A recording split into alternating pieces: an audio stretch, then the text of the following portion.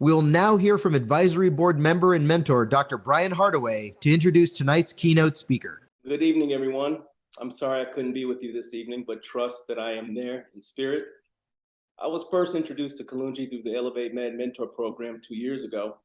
He was interested in a career in cardiology, and well, since I'm a cardiologist, it only made sense that he and I should work together. My initial expectation was that we would simply talk about getting through medical school, writing a good personal statement, and getting into a good residency, but it quickly evolved into something more than that. Our monthly conversations about medicine morphed into life conversations, most of which I was the main beneficiary.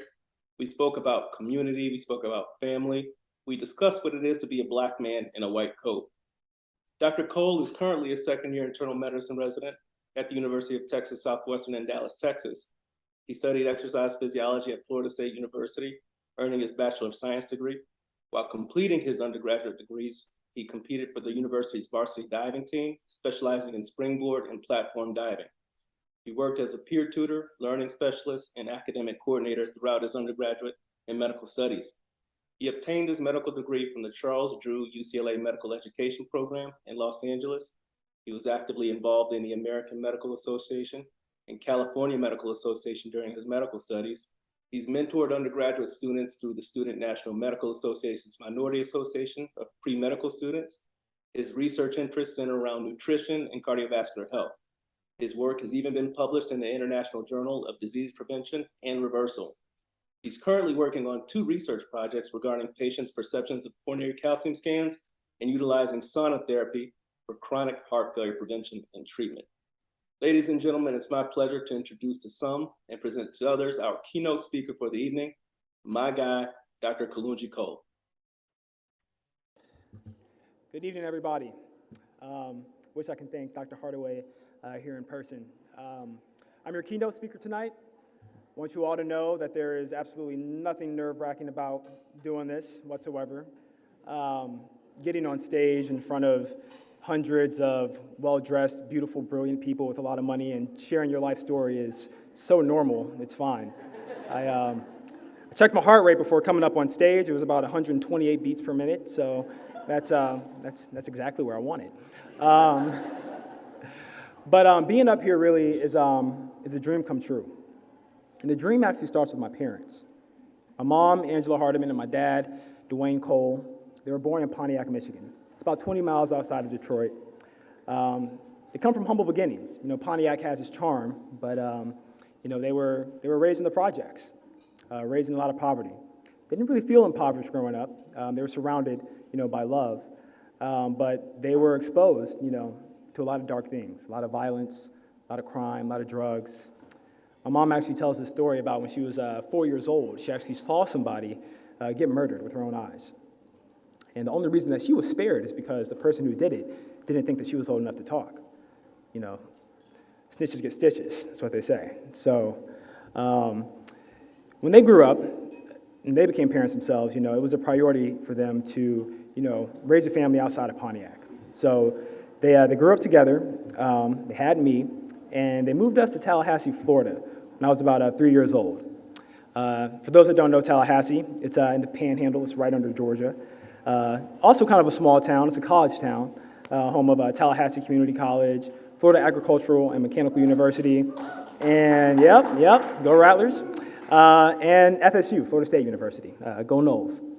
And they eventually had my 2 younger brothers, Taj and Malcolm, and my parents did well in Tallahassee. They thrived, actually. My dad was kind of the academic of the house. He was a professor at FAMU. He taught business and math classes. And my mom was just a natural go-getter, natural leader, great with people. She actually was the senior vice president at the Tallahassee Chamber of Commerce. She got this job with just a high school diploma. So they were really proud of what they were able to do for our family, given where they came from. This reflected in their parenting. They always instilled confidence and resilience in us. My dad actually named me Kalonji because it means I will be victorious. So growing up, I'm thinking I can be victorious in whatever I want to do. My parents would ask me, Kalonji, what do you want to do when you grow up? So I told them. I said, Mom, Dad, I want to be a rapper like Lil Bow Wow. My mom was like, anything else? Like literally anything? Anything else you want to do? And the truth of the matter was, I did. I actually wanted to be a doctor. I was always a little nerd growing up. Maybe I got that from my dad. But I remember one of the first books I got was an encyclopedia. And I would always be in the anatomy and physiology section. I love learning about the different muscles, different bones in the body. When I was in 5th grade, playing at recess, I fell on my leg. I couldn't say I hurt my leg. I had to say I hurt my gastrocnemius, you know what I'm saying? I wonder why I had a hard time getting girls to like me, because I was walking around using words like gastrocnemius, you know what I'm saying? If I'm mispronouncing that, by the way, don't correct me. I'm in too deep at this point. But I loved anatomy. I loved physiology. I loved my science classes. And I loved helping people. I hated seeing people suffering. So a career in medicine seemed fitting, but as a kid, it seemed a little bit less realistic, actually. I wasn't really exposed to a lot of doctors that looked like me, that spoke like me, that acted like me. Nevertheless, when you tell your parents that you want to be a doctor when you grow up, that's music to a parent's ears, right? So they wanted to get me exposed. They did that when I was in 7th grade by enrolling me in a program through Florida State's College of Medicine. The program is called STRIDE, spearheaded by Thesla Anderson. It's spelled with 2 S's. It stands for Science Students Together Reaching Instructional Diversity and Excellence. And essentially the point of this program was to take students who are interested in a career in medicine, have them come to the campus and meet with mentors, tutors, work on homework, attend workshops, go through SAT and ACT training to eventually, mold us into good applicants for college. It was through this program that I met my first mentor. His name was Dr. Jimmy Moss. He was actually the keynote speaker at our induction ceremony for STRIDE. And when I saw him speak, I was pretty starstruck. I mean, this guy, he looked like me. He spoke like me. He was a resident at Florida State at the time. My mom introduced us after his speech, and we got to know each other over the next couple of weeks and then years. We would meet for coffee, meet for lunch. We would play basketball together. He would actually take me across North Florida to give talks at middle schools and elementary schools to encourage other students from underserved backgrounds to consider a career in medicine. So it was through his mentorship that I really saw my dream personified. I said, okay, this is something I can do. I want to be just like this guy. And I was going to make that happen. Now, it was also around this time where things started to change a little bit in the home.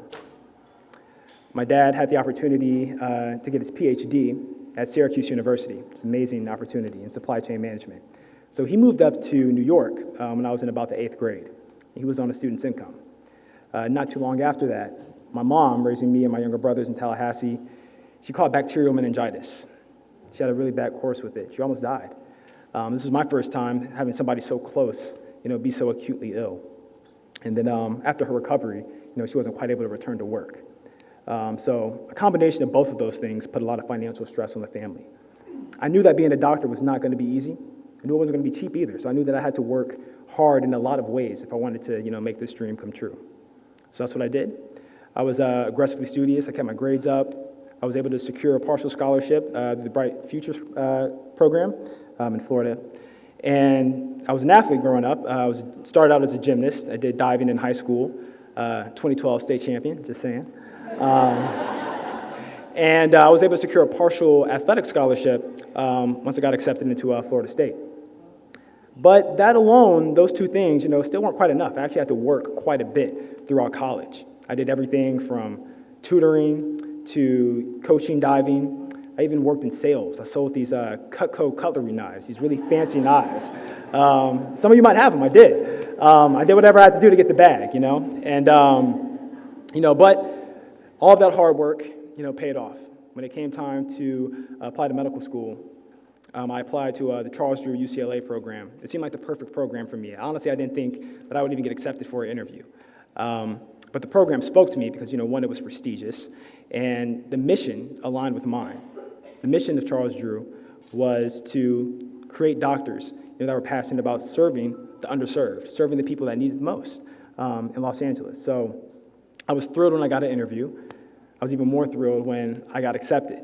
This was a big deal because, I would be the first medical doctor, in our entire family. And as I was talking about it with my mom, our emotions were actually a little bit mixed. Of course, we were excited, but my mom had about $200 in her bank account at the time. And here I am about to move across the country to Los Angeles, one of the most expensive cities in the country, to pursue my medical degree. And we're thinking, how are we going to make this happen? The answer to that was loans. Took out a lot of loans. I applied for scholarships. There weren't a lot available to me. I didn't get any of them, so I had to finance my way through loans. Now, when I got out to Los Angeles and started medical school, things started out pretty good. Here I am, I'm feeling good about myself. I just got into this amazing program, and then I took my first exam. And I was like, oh, this is med school. This is tough, I had to fix my study habits a little bit, and I did. I actually really enjoyed the challenge. I really enjoyed what I was learning. I was living my dream. I made sure to stay involved in, multiple ways. Again, I was part of the California Medical Association, the American Medical Association. Worked as a tutor, as an academic counselor, or academic coordinator. Even worked on the admissions committee. Now, about my second year of med school, I get a call from my dad. My dad calls me. We tend to just talk about just kind of like random things, whatever. So I answer the call, not really thinking much of it, but his voice. And my dad is a really emotional person. I wasn't expecting him to sound this way. He sounded broken. He said, son, I have some news about your grandmother. She has cancer. And this was a shock to me. My granny, Jackie, she was pretty healthy, She has some chronic conditions, but this is something that, completely, shocked me. And when I called her, I kind of knew what to expect. My grandmother had some very strong beliefs about the Western medical system, Westernized medicine. And, she told me that she has this cancer, it's in her arm. The doctors say that she needs to get chemotherapy, radiation therapy, and that she needs to get her arm cut off. And she's like, none of that is happening. And I was put in a tough position because, on one hand, I'm a part of this system that she has kind of strong feelings against. On the other hand, I love my grandmother, and I know what her values are. And, trying to kind of navigate, how to advocate for her best and, advise her the best way I can was tough. She went about treating her illness, her own way. She did it through, exercise and naturopathic means, diets and things like that. Unfortunately, it didn't quite work. The cancer spread to her lungs, and, I get another call some months later saying that she's in the hospital.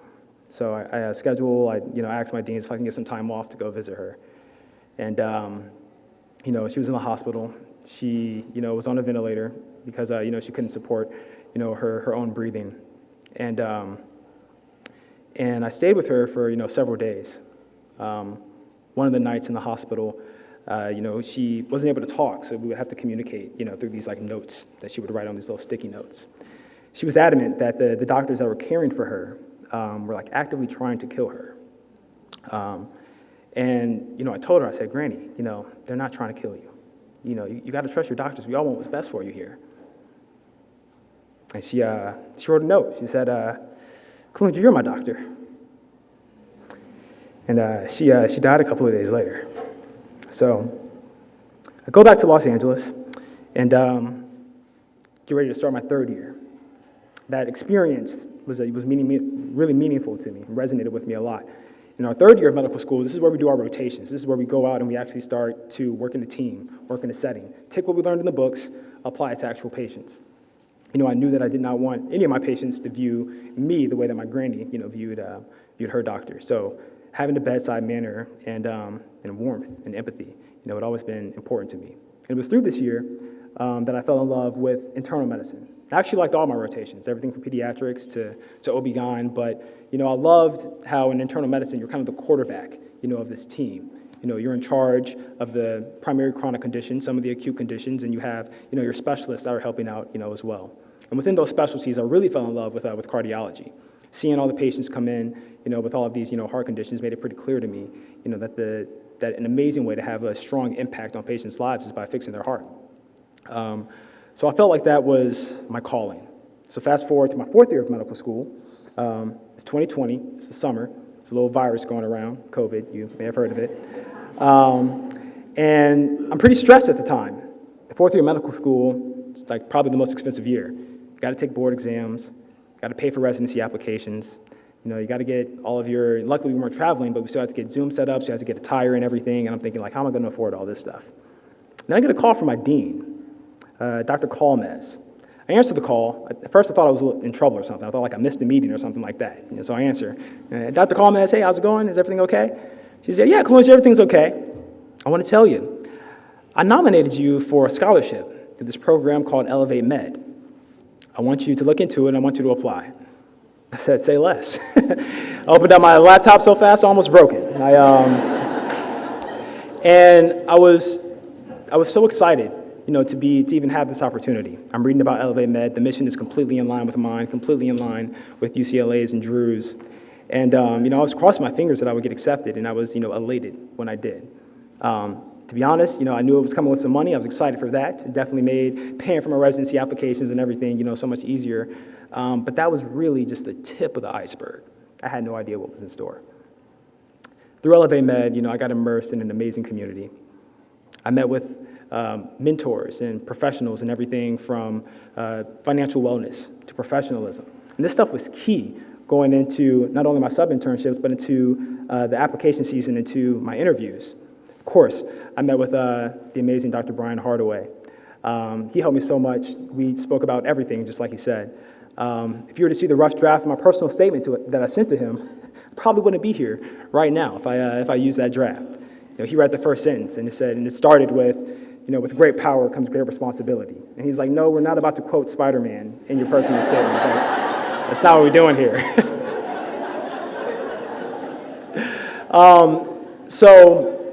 It was through the effort, of ElevateMeD, through my mentorship with Dr. Hardaway, that, I went into, the interview season feeling really strong about myself. I had the privilege of interviewing at a bunch of amazing programs all across the country, everything from U of M, Michigan, to Duke. My top choice was University of Texas Southwestern. The reason being was because as much as I love Los Angeles, I wanted to be a little bit closer to home. After losing my grandmother, I really wanted to be closer to family. And I was talking about it with my mom, and she said, hey, if you, can match somewhere closer, I'll try to meet you where you are. I'll sell the house and I'll meet you.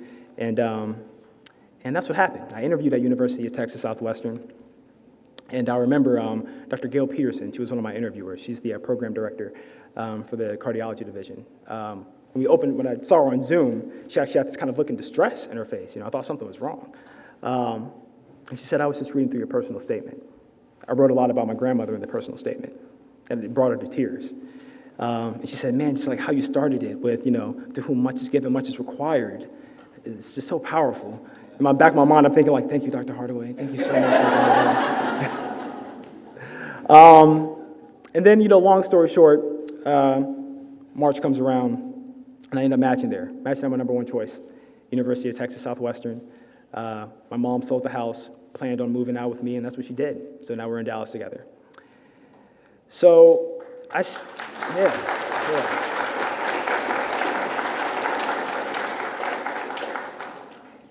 ElevateMeD truly made my dreams come true. This is called Explosion of a Dream for a reason. But it's not only mine. It's made 34 other scholars' dream come true. And the thing is, when our dreams come true, lives are saved. Not just any lives. Some of the lives that are, And it's not just any lives that are saved. These are usually the lives that are hardest to save.